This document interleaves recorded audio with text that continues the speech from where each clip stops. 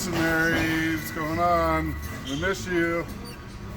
Today we're going to be crushing your South African Syrah. I know you've been waiting 2 years to do this, so we got 756 pounds of Syrah right here. Got some good looking clusters. So nice and juicy. we're going to dump them in the crusher destemmer, which is right behind us here. This is going to take the stems off of them, crush the grapes, pump them into the fermentation vat. Once it's in the vat, we're going to send you on over to KJ to give you a little fermentation class, tell you a few jokes you might or might not have heard before. So we hope to see you soon. We love you guys.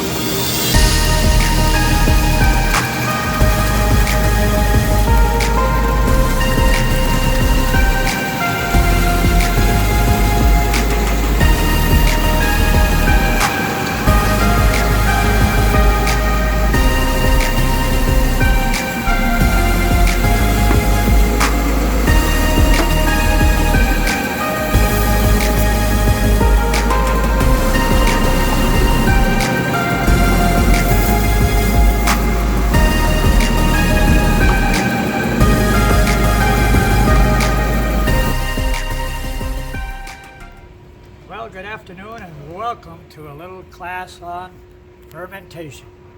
One of the most important things that you try to determine when you are making wine is the amount of sugar that's in the grapes, which converts into the alcohol by volume that your wine was going to attain. And you do that by using a refractometer, taking a sample of the must, M-U-S-T, that's what this is called, must. And you can see that they've just come out of the crusher destemmer. And I'm going to go in and get a little sample. And I'm going to make sure I just have the juice. Yeah, it is a little juice. It's all you need is a little bit. And then I'm going to use a refractometer. And I'm going to put it right on there like that. And I'm going to look up to the sky. And there's a reading, and it's from 0 to like 40, and right now we're at 26. 26 is the bricks, the amount of sugar that's in that sample, which is going to equate to the alcohol by volume your wine will be if the yeast eats all the sugar and the must gets gone to completion. Okay, so in this case, it's about, let's see what I say, 26. You divide it by 2, you add 0.5, and you get 13.5% alcohol. That's what this wine will be, alcohol by volume. And we put that on the tape right on the side of the nomenclature that's on there with the recipe. The recipe is written right on the bow. This is 100% Cabernet Sauvignon from South Africa. And we bring grapes in from Chile, South America, and from South Africa in May, which is the southern hemisphere. That's their fall. So we have year-round production here at Grape Expectations. Now,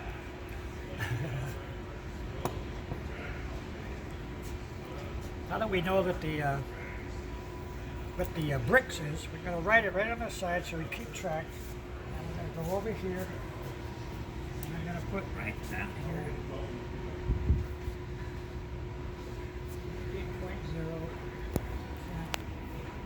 A, B, B.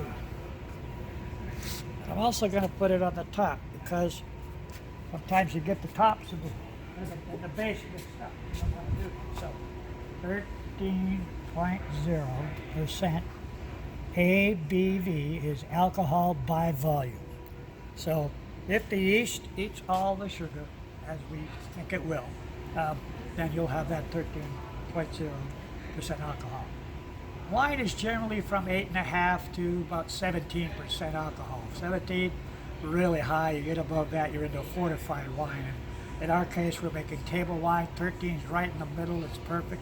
It's not too high of alcohol, so it burns your throat, and you're going to be able to taste the characteristics of the grape. And this grape, the Cabernet Sauvignon, is just unbelievable out of South Africa. Now that we know what the bricks is, we're going to start the fermentation process by adding some yeast and some enzymes and some amino acids. Before we do that, though, we're going to do a little chemistry. And it's not to scare you, but this is what you have to know when you're making wine. Every single grape contains the following: glucose, fructose, lactose, malic acid, tartaric acid, amino acids, water, pigeon droppings, seagull droppings, anything that flies over or crawls through a vineyard is going to it's going to affect the soil and give that particular plot of land a certain characteristic. And that manifests itself into the wine. That's why certain areas of the world and certain vineyards put out better wine than others, because of the characteristics of the soil and the weather and the altitude and the proximities to bodies of water. All that comes into play, so it's very complex, the whole winemaking process. But every single grape, now I'm going to show you some formulae that are associated with these elements. You don't have to remember them, I just want you to see the recurrence of carbon, hydrogen, and oxygen in the winemaking process. Here's one of the acids: carbon, hydrogen, and oxygen in certain molecular combination. You don't have to remember it, but just know that it's there. It's all natural in grapes. Here's one of the sugars, glucose. Again, that's fructose is an isomer of the glucose, and it's again carbon, hydrogen, and oxygen in certain combination. Now, I think most people will remember what H2 is, and I always ask people, anybody know what this is? And of course it's hydrogen, H2. And if they know what that is, they certainly would know this. This is H2O, that's water. And hydrogen sulfide. Now, hydrogen sulfide smells like rotten eggs. So we have to do something to mitigate the odor of hydrogen sulfide. It's part of the process. When you introduce the yeast, you're going to have hydrogen sulfide. And you don't want to open a bottle of wine and have it smell like rotten eggs. So to mitigate that, we use diammonium phosphate. However, in this case, we are using a yeast culture that doesn't produce any hydrogen sulfide. Sometimes you do and sometimes you don't. It just depends on where your grapes come from and what you want to do, what's your predilection of how you want to go about the chemistry. In our case, for the South African and for the Chilean, we use the yeast that doesn't produce any hydrogen sulfide. Here's another little formula here. I get that over here. K. K is not strikeout, it's potassium. We use potassium metabisulfite as an agent to mitigate any off-smelling of particles or to keep it nice and clean in the yeast. And it's a whole different thing. But potassium metabisulfite is one of the most important elements in the winemaking process. You have to use it. Potassium chloride, that's a salt. Just like sodium chloride is a salt, but potassium chloride is also part of the process to the process. And here's K9P. What is that? You hit it on the head. Dog pee. And there's no dog pee in here, but dogs do go through a vineyard, and so it can affect the soil, and you have a lot of fun with that one particular one. But there's a segue here because this is sodium. And there's a lot of sodium in the winemaking process, obviously, and This is sodium chloride, which is also a salt. Okay, so you've got potassium chloride and sodium chloride, and then you have BaNa taken twice. Banana. There's no compound. There's no compound like this, but it's a good segue because there's lots of sodium and lots of potassium in bananas. We have a lot of fun with that, by the way. Carbon dioxide, CO2. Now, carbon dioxide, again, is one of the things that forces all the skins to the surface of the must.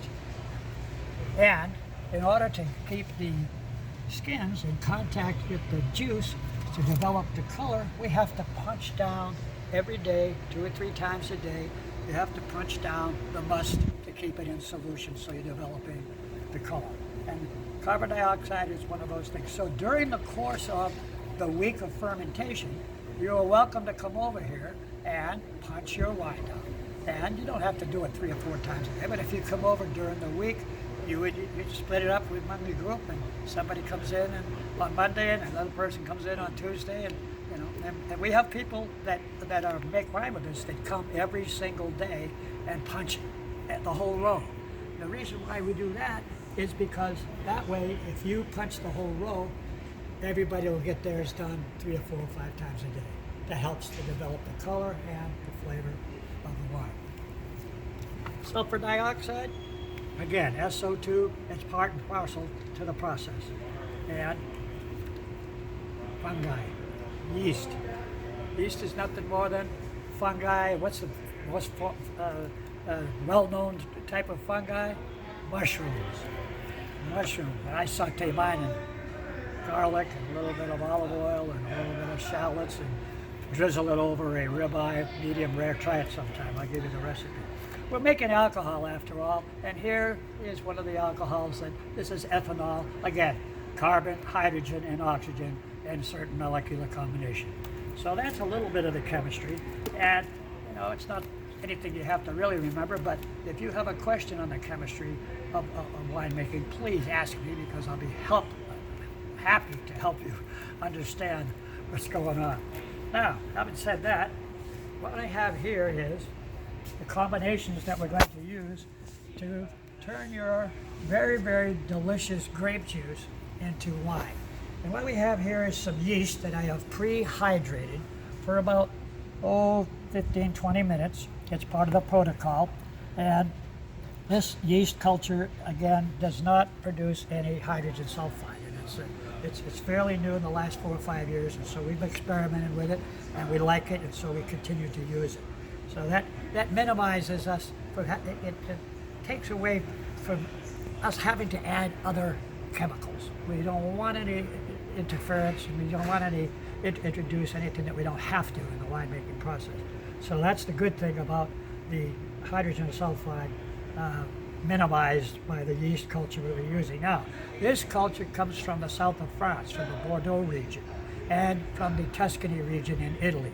Originally, about 200 years ago, we came from the Greek island of Samos, and it was recultured and recultured and recultured.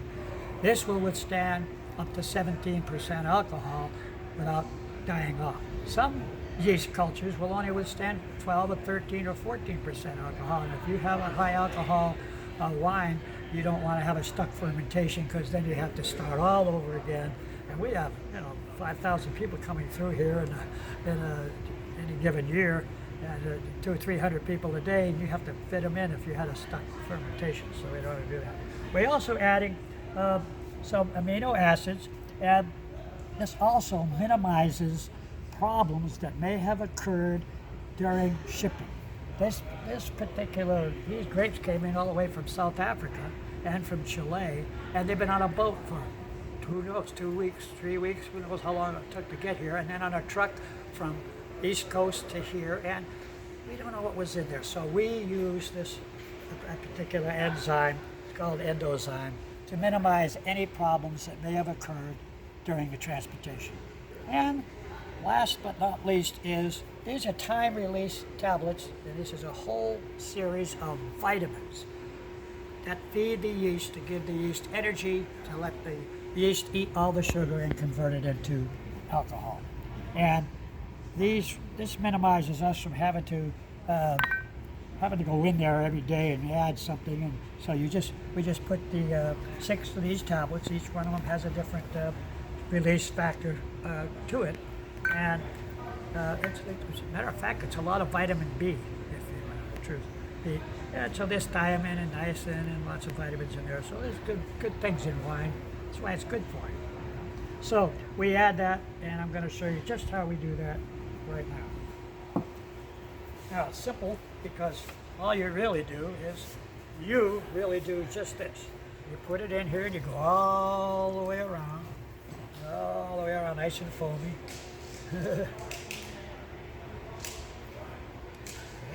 And then when I see something like that, what I do is I take some of the endozyme and I swirl it around and put it in here and get that in there and get some more endozyme in there. And I add our vitamins. And I actually have you do that. You usually throw them up in the air and it splashes all over the place because usually the whole group of you are around and you're looking in here real close and somebody has to put it in there. I don't put it in, you do. And it splashes all over you, and that's why we have people not come just for a cocktail party. So, now, having said that, during the course of the week, obviously as I told you about plunging, we're going to do that right now. I'm going to show you how to plunge properly. Now the most important thing is to remember you don't want to plunge so vigorously that you bang the bottom. It's not good form. What you want to do is you want to gently press the grapes down into the bottom and without splitting the seeds. And that causes bitterness, by the way, so we don't have that happen. So I'm going to show you how you do this. Now, always, before you plunge, you got to clean your shaft. I mean, it's very important in a winemaking process to keep your shaft nice and clean. And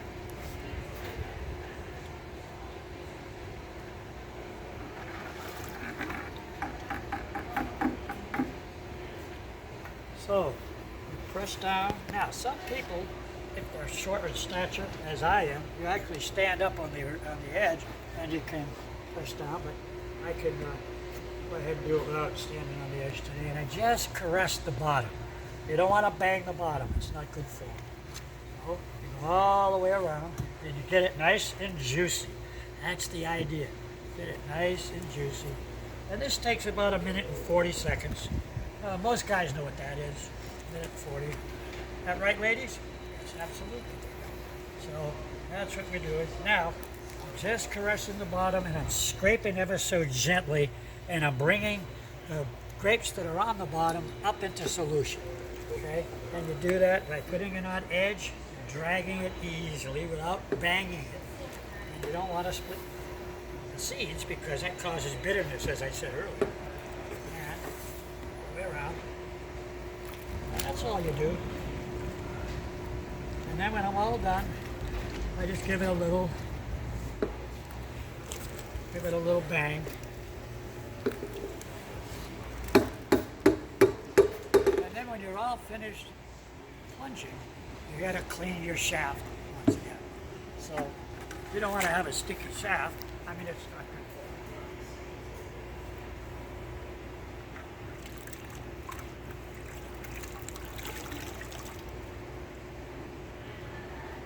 you. So this has to be done 4 or 5 times a day to develop color, flavor, and to make sure that you have a vigorous fermentation.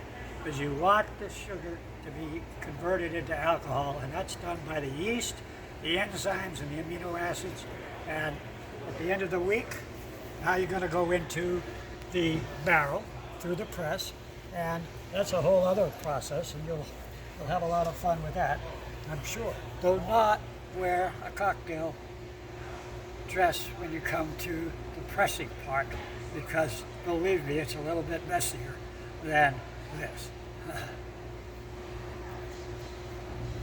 That's the story. I'm gonna have to edit that. So what we have here is, you can see it's very, very fresh, parasitic water parasitic acid solution in water and a certain concentration that is going to maintain a certain sanitary element when we're plunging this fermentation. Now, the most important thing is, as I've often said, is you got to clean your shaft first. So we know it's already clean, but I like to do it because it's been sitting around. So I just clean the shaft and I squeeze it off. And you don't want to drip it all over the place. So.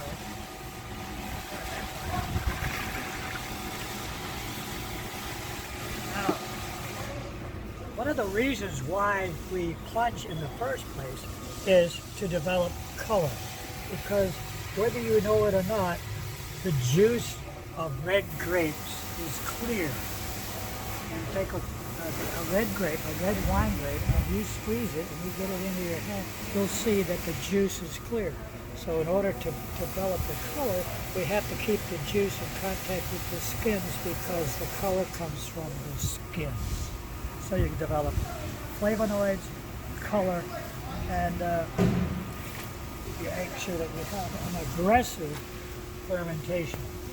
So you can see this is getting pretty loose. We're probably going to go into the barrel here pretty soon with this particular carbon. And the odors, as you plunge very gently so that you don't split the seeds, causing bitterness. So you have to be gentle with it. This is romance after all. This is not making vodka or tequila. This is gentle. So all the way around, and then because there's the carbon dioxide that's engendered during the fermentation process forces the skins to the surface, but there are a few on the bottom. So we scrape it ever so gently, bring it up, and then get a little bag and then go over here. And you can see we're developing nice and color. But as the week of fermentation goes on, the solution gets looser and looser. We got a lot of wine in there now. It's not that thick cap that we had to press down and almost stand up in between two to fit through the cap. Well, now we're right near the end. This is getting ready to go in the barrel. So it's probably a couple days away. Now that we've got this all nice and sweet, give it a little bang. And then, very important, clean your shaft. You don't want a dirty, sticky shaft lying around the wine. There we go.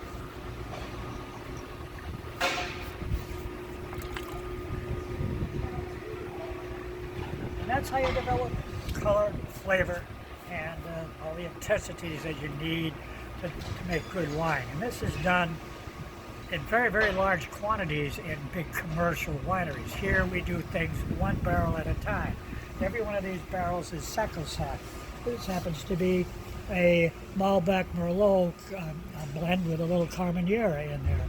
And this is going to be really nice because, number one, it's from the Southern Hemisphere. It has a little different nuances because of its location, its proximity to the body of water, the South Pacific, and in that case, and the minerality that comes from the volcanic activity in Chile. It's amazing how that affects the soil, given a certain characteristic to the grape variety. And this will be really kind of nice because you've got Malbec, famous down there in Chile, as it is in Argentina, Merlot, and Carmenere, another great grape from Chile. I can't wait to taste that particular blend myself.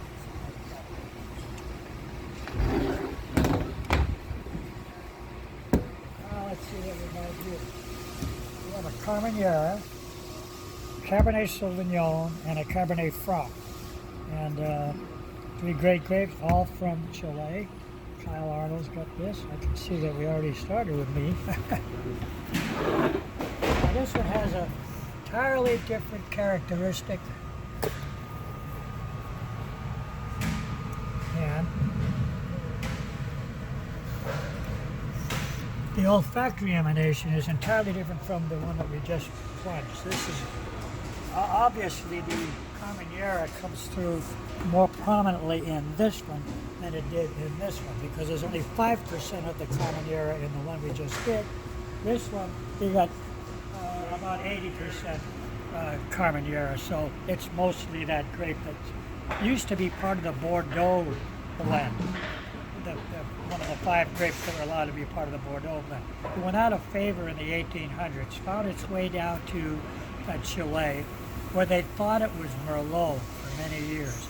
And then Dr. Meredith at University of California, Davis, did a DNA analysis recently, because DNA, you make a DNA analysis on everything now. Your earlobe, your derriere, your eyeballs. Anyway, she determined that there's something about this when she tasted the grapes that they were different and they were supposed to all be Merlot. Did a DNA analysis and found out, no, it's the long lost Carmenere that used to be part of the Bordeaux blend and made Chile famous, absolutely. As a matter of fact. So let's see what this is. So, give another little wipe just in case anybody comes by.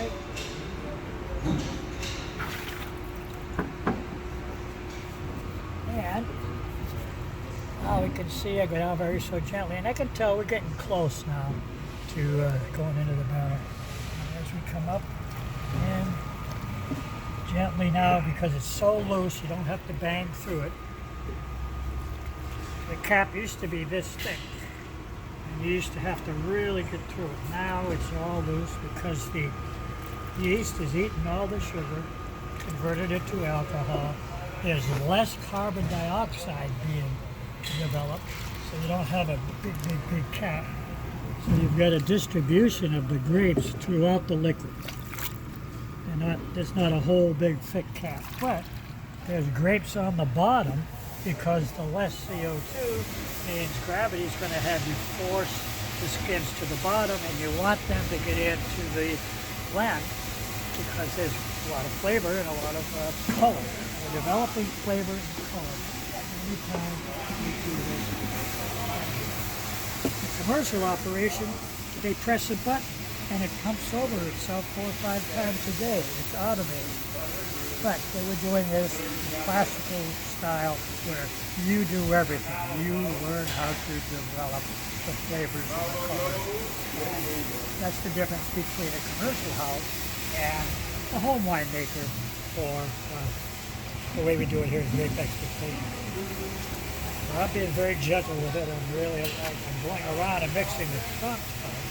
I don't want to bang it on the bottom because that would cause bitterness, which we don't want. And again, give it a little bang. And once again,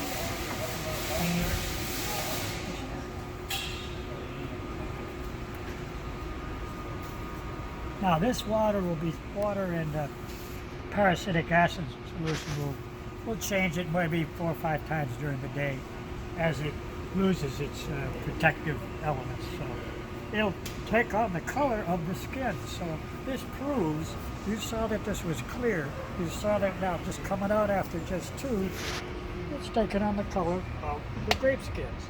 So that's the proof of the pudding. And that's how your wine is developed, the color of your wine. Hey guys, it's Mike with Grape Expectations. Sorry you're not here today with us, but we're going to be pressing and showing you what pressing is all about today. So this is the 756 pounds of grapes that was crushed and fermented over the last week. What we're going to do today is we're going to be putting your wine into the barrel.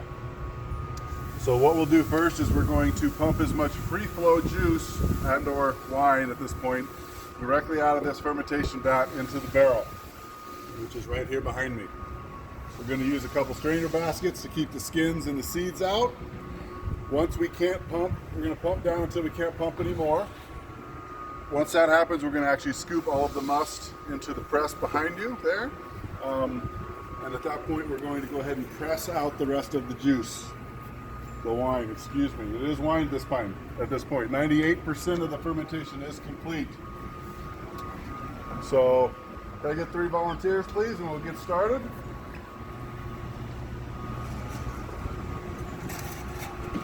Strainer baskets, 1, 2, 3. 4th one can be the pumper. Burnsy, you want to pump? Sure. You're on call, either one. There you go. These baskets are going to keep all the seeds and the skins out of the barrel.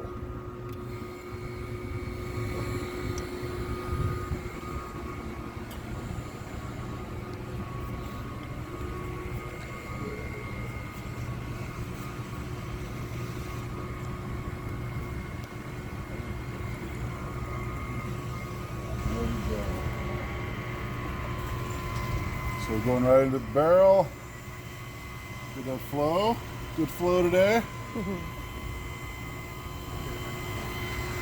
So we're going to fill the barrel to where it's almost full. We're going to leave a little space at the top. Like I said, 98% of fermentation is complete. We want to leave a little bit of room for expansion at this point for that last little bit of fermentation that we'll finish out over the next couple weeks. It's producing CO2, so we need to leave room for expansion.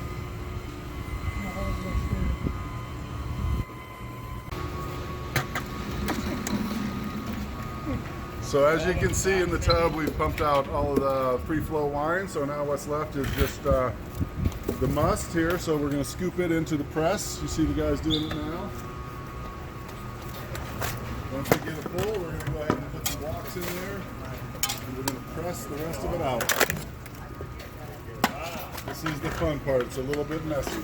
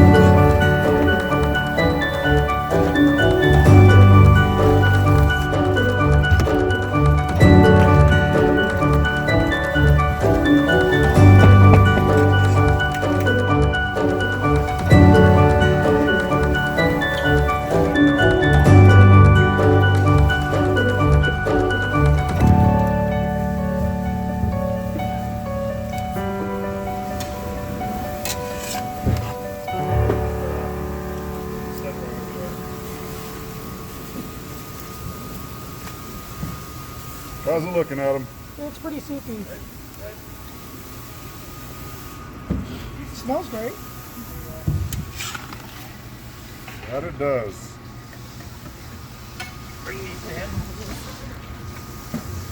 So what we're doing with this paddle right here, let me see this real quick, Adam, is we're just trying to smooth it out a little, and we're also just trying to get a little extra juice out of here before we block it up. That way it helps press it.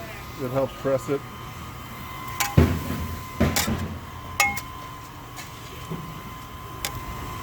Okay.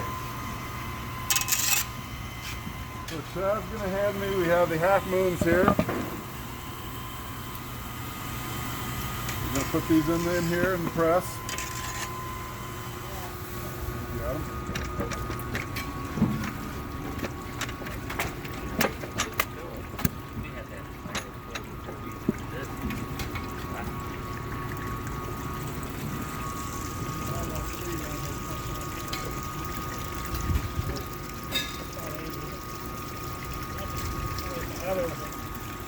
Now we're going to take these blocks, I'm going to block it up. Thank you, Chad. Chad's my helper over here to my right. Everyone say hi to Chad. Hi, Chad.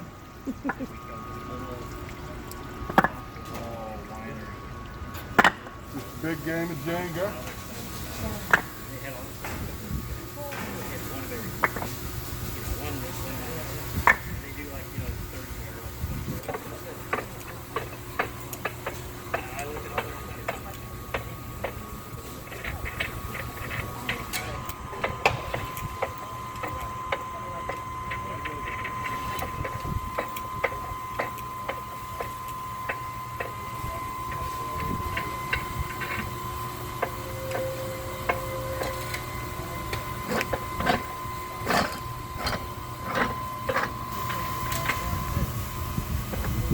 So now we're going to lower the head so it starts to put pressure on the blocks.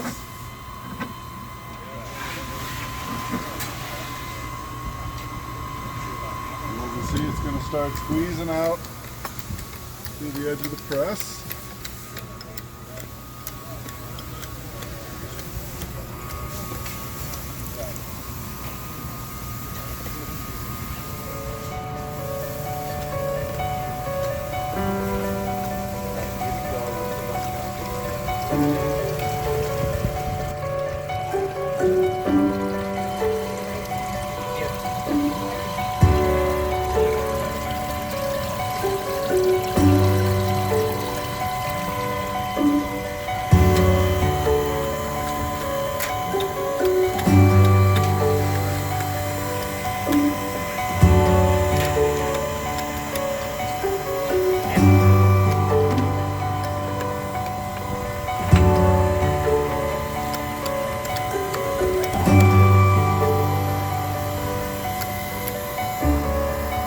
Go nice, slow and steady.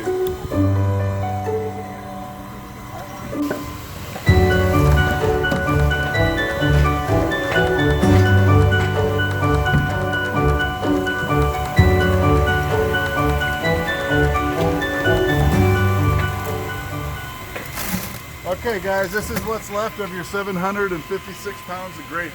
We call it the cake. Basically what we're going to do is we're going to cut the cake. We're going to take it, put it in these bins. Normally we would send it to a local composting company, but this year we have a group of master gardeners that are going to come and take all of the skins and they're going to use it for compost. So it goes to good use and it doesn't get thrown away. So basically you cut it just like a pie. Goal is to get it in the tub and keep it off the floor. Good luck, huh? There we are.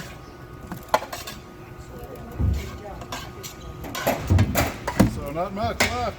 756 pounds of grapes. We got the good stuff out of it.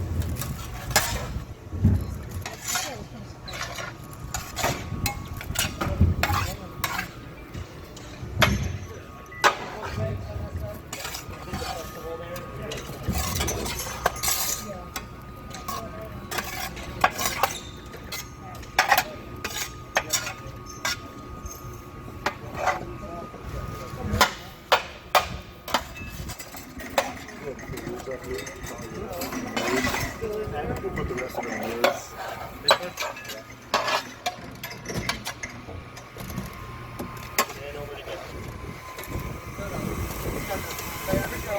Timber.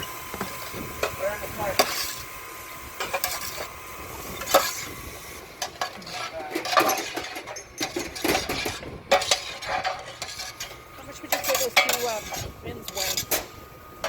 1 million pounds.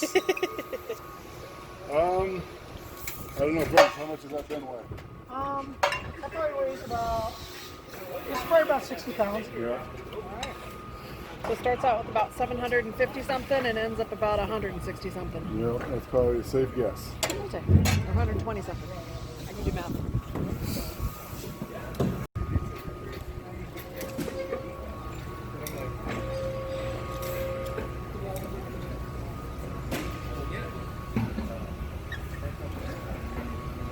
So this tank here, we call it top off. top off wine. We collect it once we fill the barrel as full as we're going to fill the barrel today. We collect the rest of the wine and it goes into the stainless steel container. We label it top off, and basically what we use this wine for is for topping the barrels throughout the process. The first real time that we use this is at racking. When we remove the sediment out of the barrel, we would need to replace that with some volume of wine. This is the wine we use. This wine gets treated just like your wine. Once this tank's full, we're going to pump it into a barrel, and it gets barrel aged just like your wine. However, it is a slight blend. So whatever grapes we're pressing today goes into this. It is a blend, and then we use it for topping and or as well throughout the process, evaporation. Anytime we need to top the barrels, this is the wine we use. Hi guys, who knows what this is called? Anyone? Anyone? All right, usually I get all kinds of fun answers. It's called a bung. This is a special bung, and not just because I'm holding it. This is called a fermentation bung. You'll notice there's a little relief valve on it. So as fermentation finishes up, if there's any CO2 that builds up in the barrel, it allows it to release. So once fermentation's done, we can push the nipple down, and it becomes a permanent bung. So since you're not here, I'm going to put your bung in your bung hole. Pull the nipple so that it can breathe. And there you go. Mike with Grape again. Just wanted to kind of wrap up your virtual winemaking experience here for the crush and press for the South African and Chilean season. First off, I just wanted to say thank you. We appreciate you guys being patient and understanding that we weren't able to bring the groups in. We missed you guys. We wish you were here, but thanks for understanding. So hopefully you've enjoyed the videos. Also, the next step of the process is going to be racking. That will be in the fall. It happens at the end of October, beginning of November.